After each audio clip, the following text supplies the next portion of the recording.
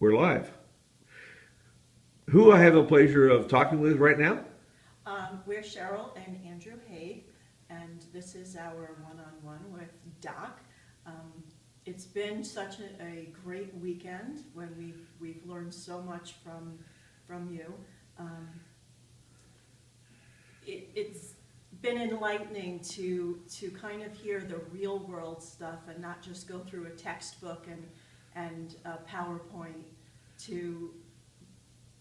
for things that we could read on our own, but really to understand the real world, real life aspects of doing this business that we're very excited to get started on. For me, the best part of this weekend was learning what kind of house needs a hug. Enlightening, true? It was very enlightening, and it's just been a very eye-opening experience. Like I said, not just sitting and reading another textbook and watching another PowerPoint. Yeah, I think I missed half of the original boots on the ground because I was working, I had training. And the thing that I think that suffered from was the fact that Mike didn't actually come into the houses with us.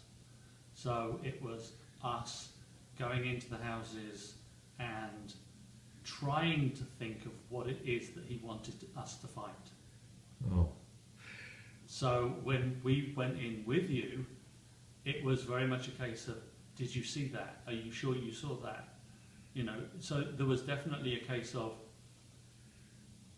letting us see things for ourselves, but then doing the double check to make sure that, oh, did you see the crack in the ceiling? Did you feel the soft floor? Did you feel the tilt in the floor?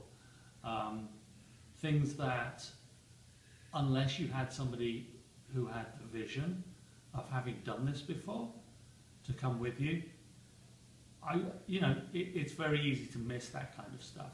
So as Sheryl said, you can do a lot of book learning, but until you actually go out and play the game, you actually do miss a lot of stuff. And Gonzo sort of said, way back in the 3-day training, you will do a lot of learning and you'll do a lot of stuff, but it's until you actually go out with an expert, and as you said, show you that first deal. Right. It's a case of, yes, that's great that you did this, but you missed. And it's that experience that comes around the back and says, you managed to get 90%, you didn't know there was another 10%, I'll take you that extra 10%.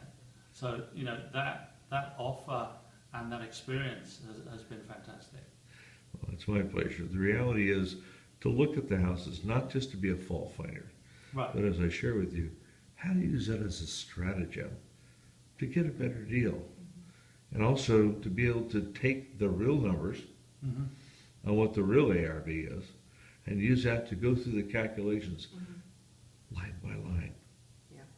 Not just percentages, to give you the information to share the things that a cash buyer really wants to see. And you got it. You got that vision. And it wasn't, but I think we're at the second house. We're out looking at the neighborhoods, looking for a house that needs a hug and evidence of grandma and grandpa. Without me saying it, Sheryl, you said, that house looks tired. Yes. And you were absolutely right. It did look tired. Yeah. So if you already got the vision, you could spot that, we could have the evidence. And we found a house that was just really an interesting opportunity. And we went and double checked it out, and you got some things you got to check out. Yes. That's an interesting opportunity. Right between houses that are being done, in Farmdale, not too far from you, and we know the values of what it would really sell for fixed up. Yes. And you know what you'd be willing to pay for it. The question is, can you put a deal together? You now know who he is, where he is, you've got a phone number and a business address, and while he's not there, you'll track him down. Yes. Is that cool? Yeah, because I do feel like now I have the confidence to make that phone call.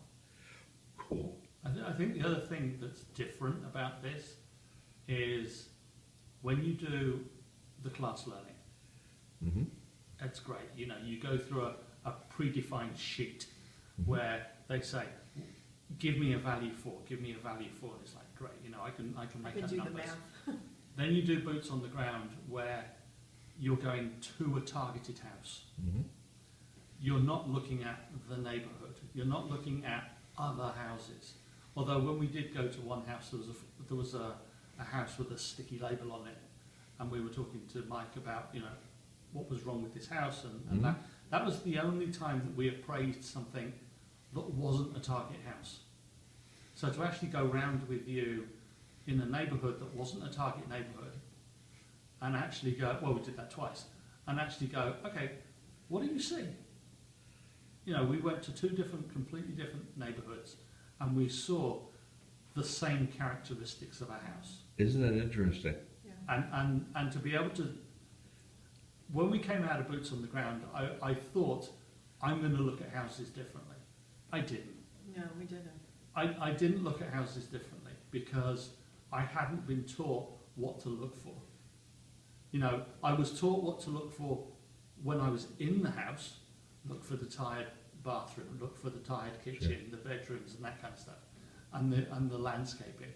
But to actually find that house in the first place, that I wasn't taught.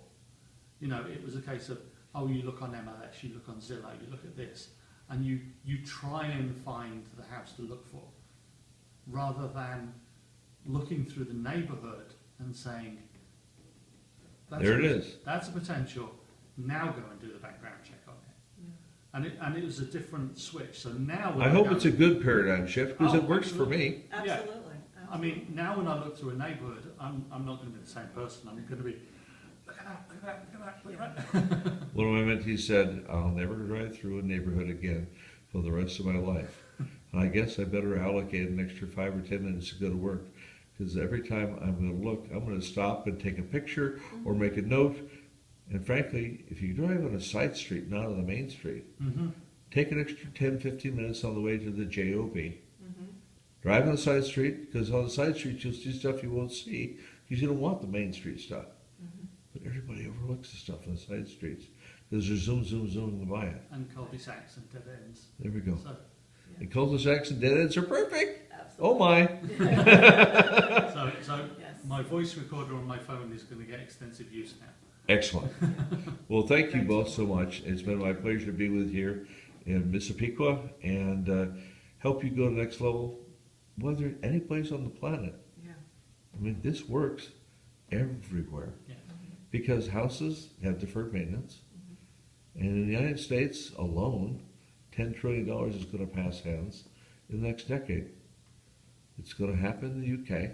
Mm-hmm. It's going to happen in Canada. It's going to happen in Australia, New Zealand, frankly, all over the world. Mm-hmm.